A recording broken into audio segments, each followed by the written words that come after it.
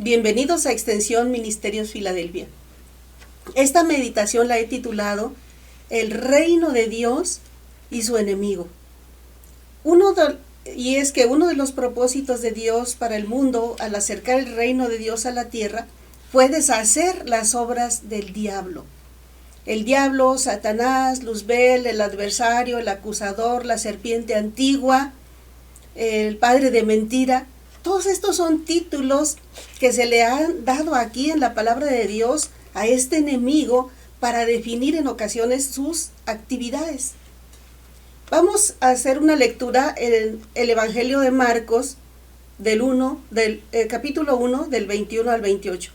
Dice así: y entrando en Capernaum en los días de reposo, enseñaba y se admiraban de su doctrina, porque su palabra era con autoridad.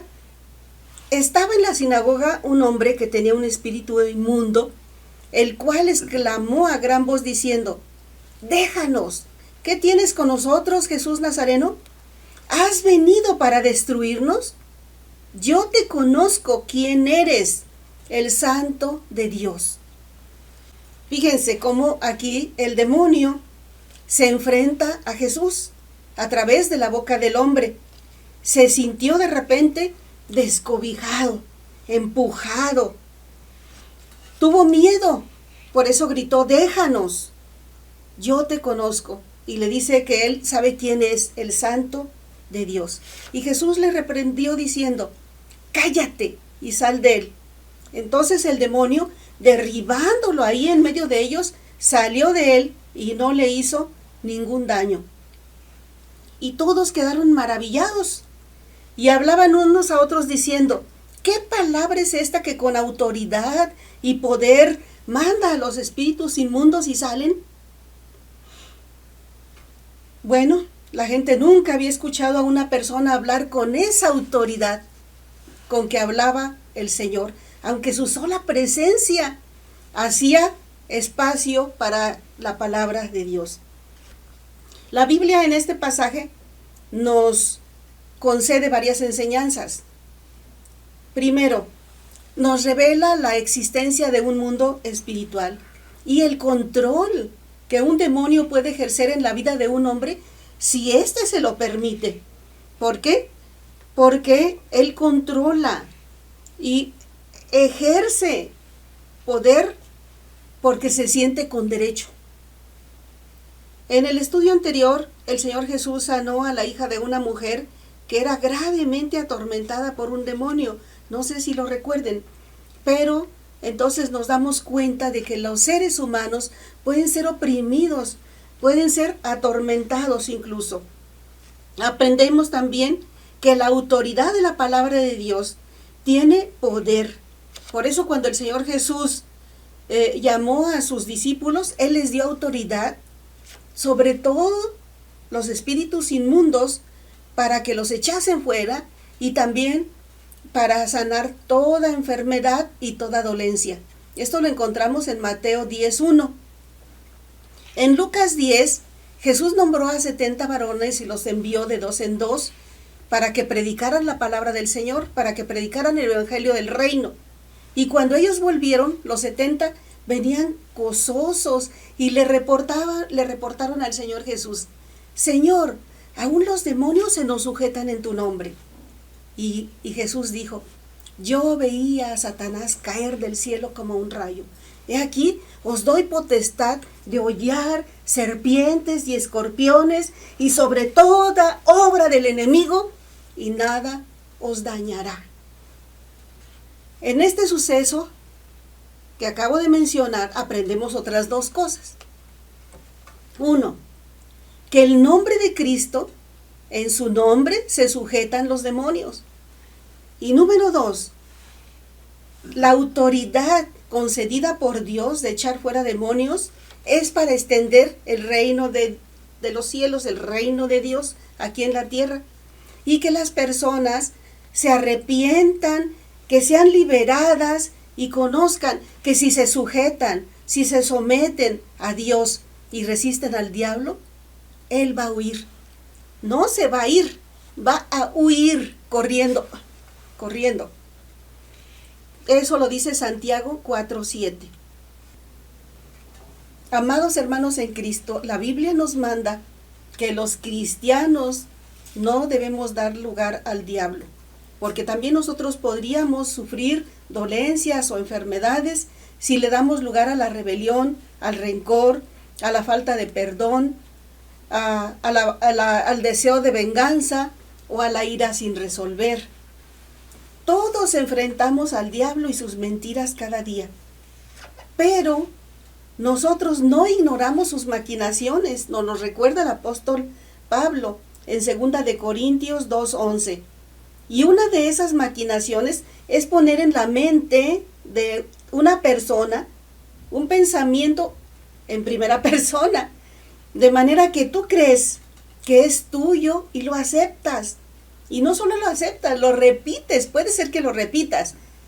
Al reaccionar, piensas, ¿por qué dije eso? ¿Por qué pensé eso? Eso no es parte de mí. Un ejemplo lo encontramos en Mateo 6:22, cuando el Señor Jesús anunció su muerte. Y el apóstol Pedro le dijo, ten compasión de ti, que de ninguna manera te acontezca.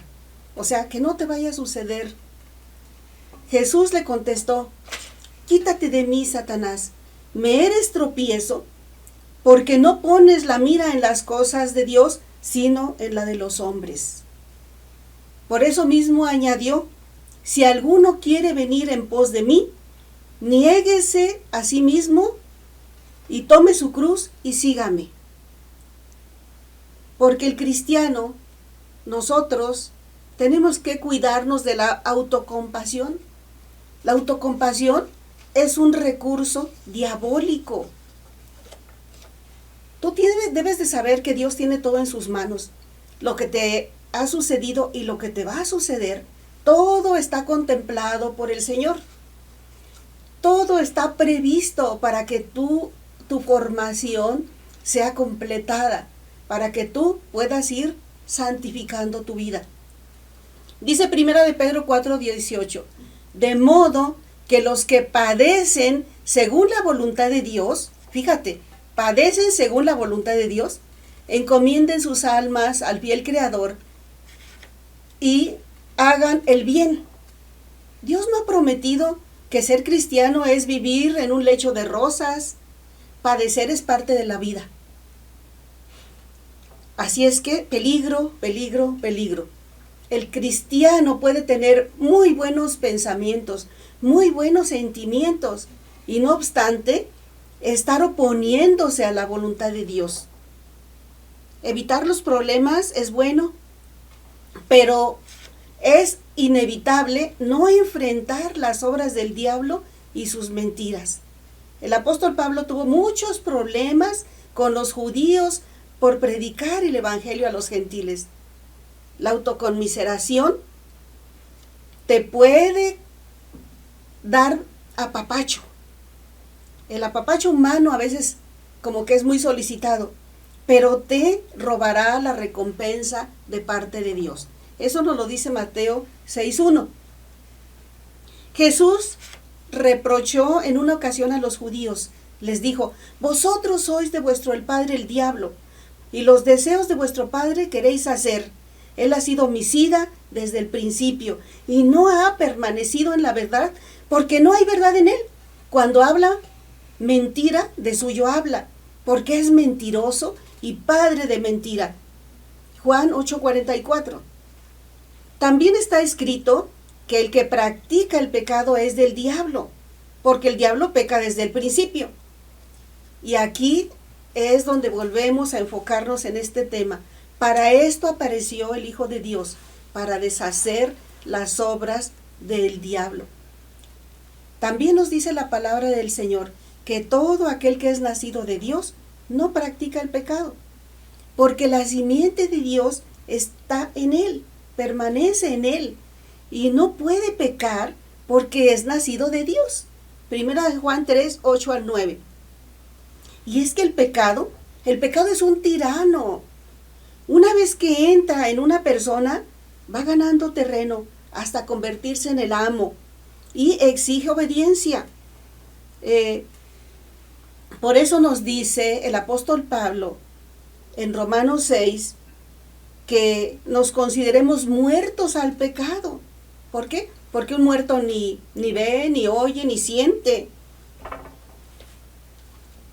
Y añade, no reine pues el pecado en vuestro cuerpo mortal, de modo que lo obedezcáis en sus concupiscencias, ni tampoco presentéis vuestros miembros al pecado como instrumentos de iniquidad, sino presentaos vosotros mismos a Dios como vivos de entre los muertos, y vuestros miembros a Dios como instrumentos de justicia. Si tú vives en el reino, que reine Cristo en tu vida. Ese es el propósito. El pecado no aparece de la noche a la mañana. Primero entra en la mente, empuja con argumentos.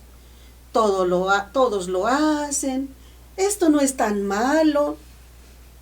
Nadie me ve, nadie lo sabrá. Después ya me arrepentiré. Enseguida de la mente baja al corazón y convence con sentimientos y con emociones. ¡Oh, yo me lo merezco! ¡Yo lo necesito! Y así es como entra el pecado. Después se repite y se comienza a convertir en una práctica, terminando en un estilo de vida.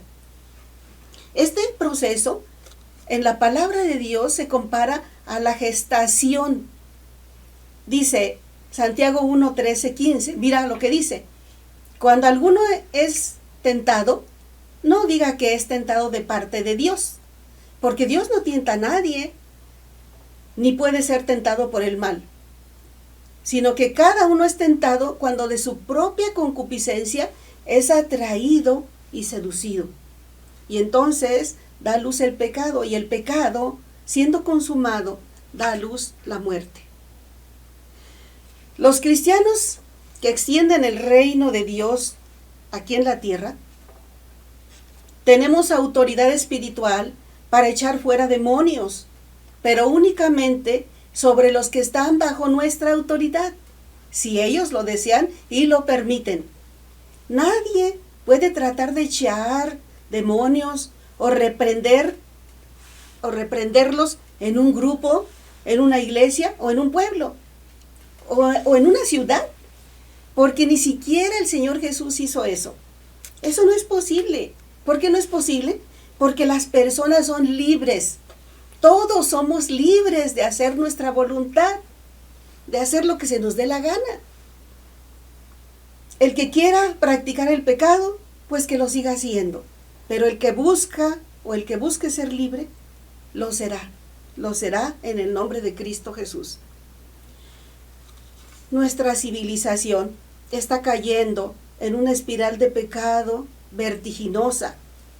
Y nuestra responsabilidad como cristianos y como iglesia es afirmar la fe de las personas en la palabra de Dios. Más que tratar de andar tratando de solucionar los problemas de la gente, lo que necesitamos es llevarlos a los pies de Cristo. Que conozcan el camino que Dios ha provisto para llevar amor y para que puedan ser libres. Cristo quiere que nosotros estemos preparados para saber que es necesario extender el reino de los cielos en la tierra. Cristo en nosotros es la esperanza de gloria. Dios te bendiga.